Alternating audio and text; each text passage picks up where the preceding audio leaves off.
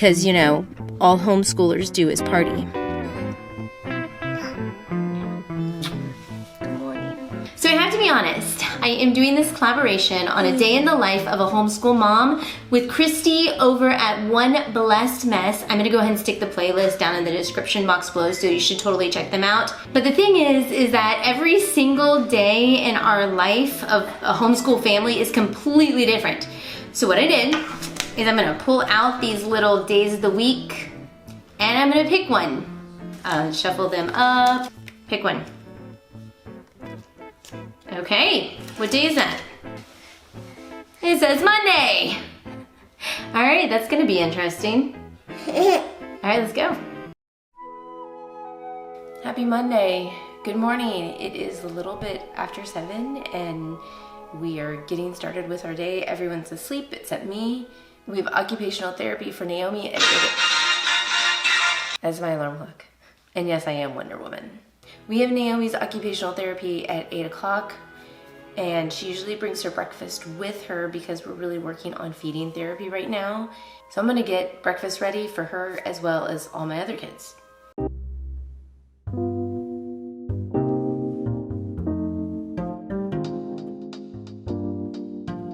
We have oatmeal, applesauce to stir in, spoon, an orange. They're working on peeling an orange in therapy. What? My 10-year-old can't even peel an orange. Okay, he can, but an orange. I think that's pretty cool. I hate Mondays because it's our busiest day and I feel like we jump around all over the place. I mean, you'll see. I'm lucky today because my husband is here. His schedule usually rotates. So some days he has Mondays off, some days he has it on. He's a paramedic, so they're on 24, off 48. So occupational therapy is where you do life skills, where they learn their life skills, like brushing their teeth, combing their hair, getting dressed, eating breakfast, peeling an orange. Let's get you dressed. We'll do that step for her, or for the occupational therapist, because Naomi's gonna help get dressed, right? Yeah. Good morning.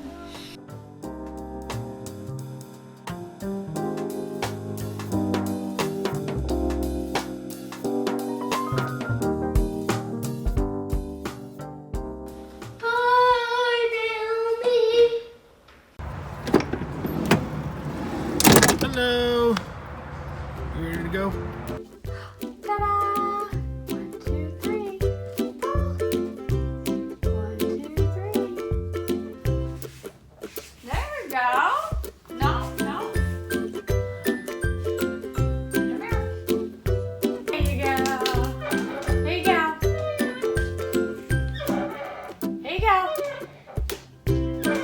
Here you go.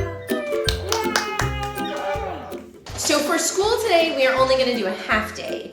And that's because the kids have a Valentine's Day party with the local homeschool co-op that they're a part of.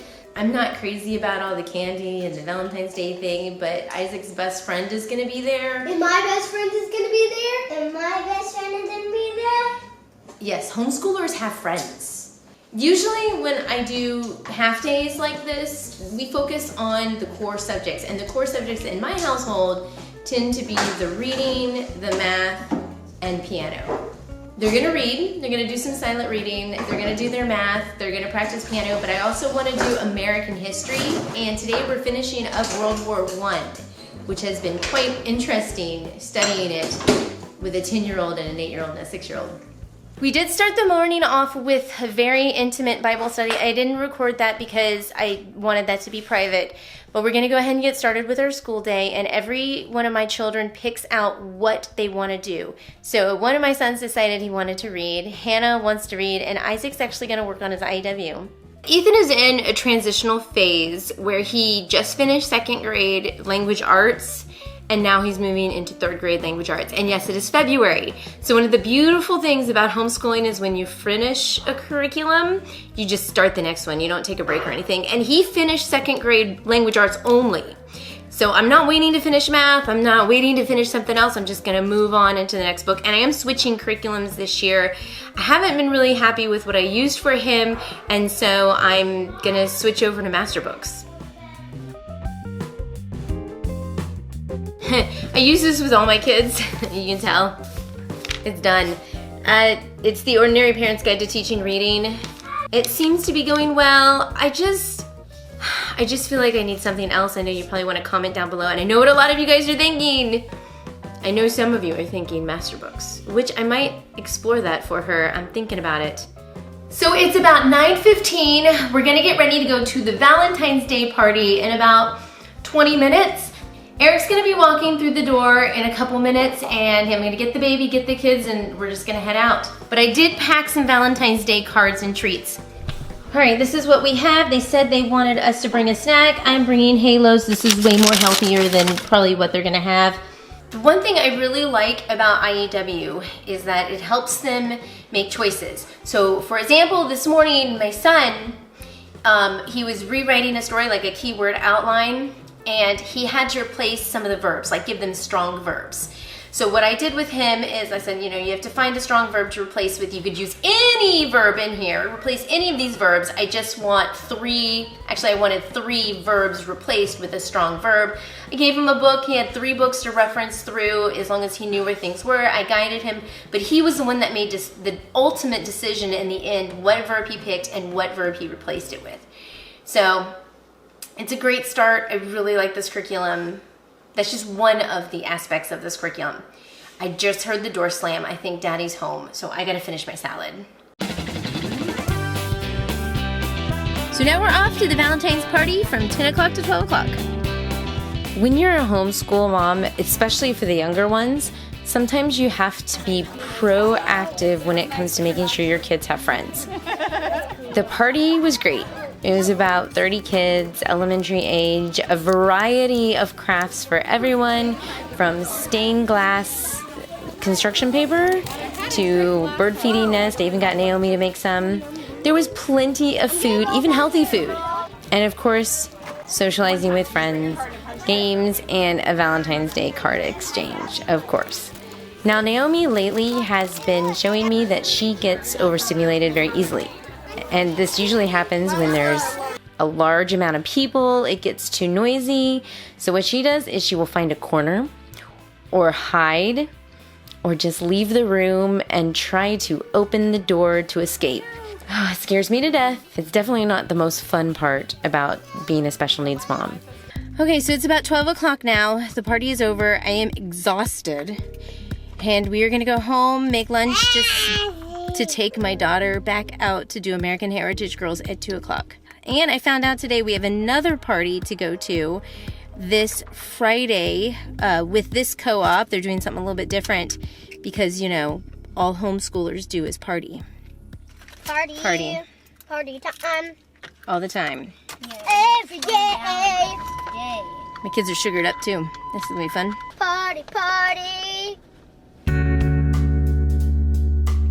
So we made it to Heritage Girls. Yay! This is great because this is actually the time I get to be alone, especially when Daddy's not working. And he does work once a month. And when that once a month happens, I am chasing around Naomi and make sure the boys are playing safely with the other boys here. But today, Naomi's asleep at home.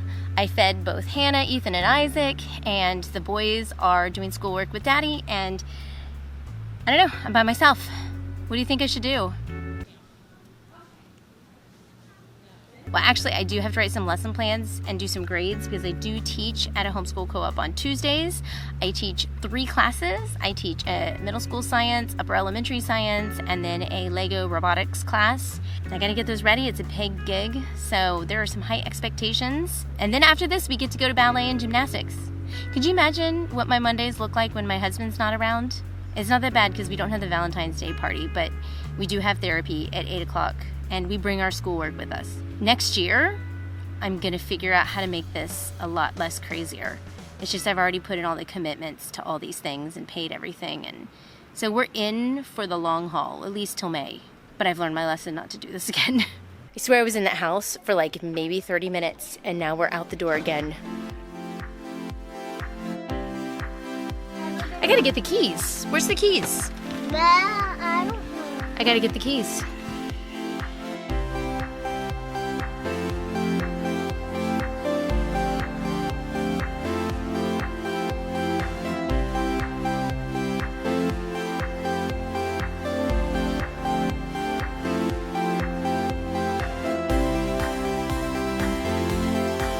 We made it home, and now we gotta make dinner and get the boys out to trail life.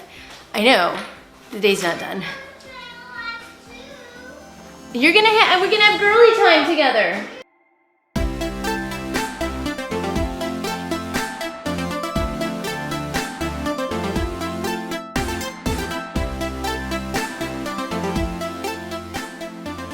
So you would think our day is done because the boys just left for trail life. But it's not true. I have to feed the girls, both Naomi and Hannah, usually for dinner. I make like pasta every Monday night, like a lot of pasta, so that I can take the leftover pasta and pack it for the boys' lunch tomorrow when we go down to co-op. I didn't do that tonight because when I made beans and rice for dinner, actually, my husband burned it. It's okay though, because I have pasta, and that's what I'm cooking right now on the stove to make for the boys tomorrow. We're gonna make pasta salad with lots of fun little vegetables in it. Wella is coming tomorrow to watch the girls. This happens, of course, my husband's rotating schedule, but she comes every Tuesday anyway. And I just gotta make sure the kids are packed for it, and they're packed for it, and everybody eats, and then we're gonna go to bed. And I'll admit, part of the girly time is girly chores. And Hannah is awesome at helping out. So the kids are in bed, and that means it's my time. And you'd think I would go straight to bed with a day like this, but I don't.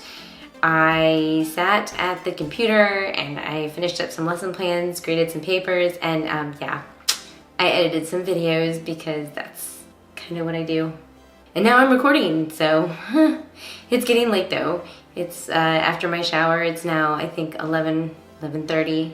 I gotta wake up really early tomorrow morning. And I'll totally admit, Mondays are absolutely ridiculous. And I'll be honest, back in August, I felt like I completely had it under control. And in a sense I did, but what happened was somewhere around, I wanna say like October, Naomi's therapies went from 2 hours a week to 6 hours a week. And that made all the difference.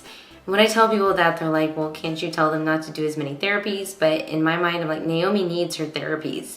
That's kind of mandatory. And our kids need social time and school time, and that's kind of mandatory. So this is what we're doing right now. Next year, I'm just gonna reevaluate everything and hopefully make my life a little bit easier. However, I will totally admit I am that person that gets bored if I am not busy. I really am. If I don't have anything to do, I will find something to do or find something to get my kids to do so I can get out of the house and do stuff. So in a way, even though it looks totally ridiculous, I did it to myself and I kind of like it. Anyway, about 8 months ago, I did do a video that was kind of like a week in the life of a special needs mom. I'm gonna go ahead and stick that link right up there. And I'm gonna also put our most recent video right up here in the corner. So I hope you enjoyed this. Give me a thumbs up if you did. Don't forget to subscribe, and I will see you in our next video.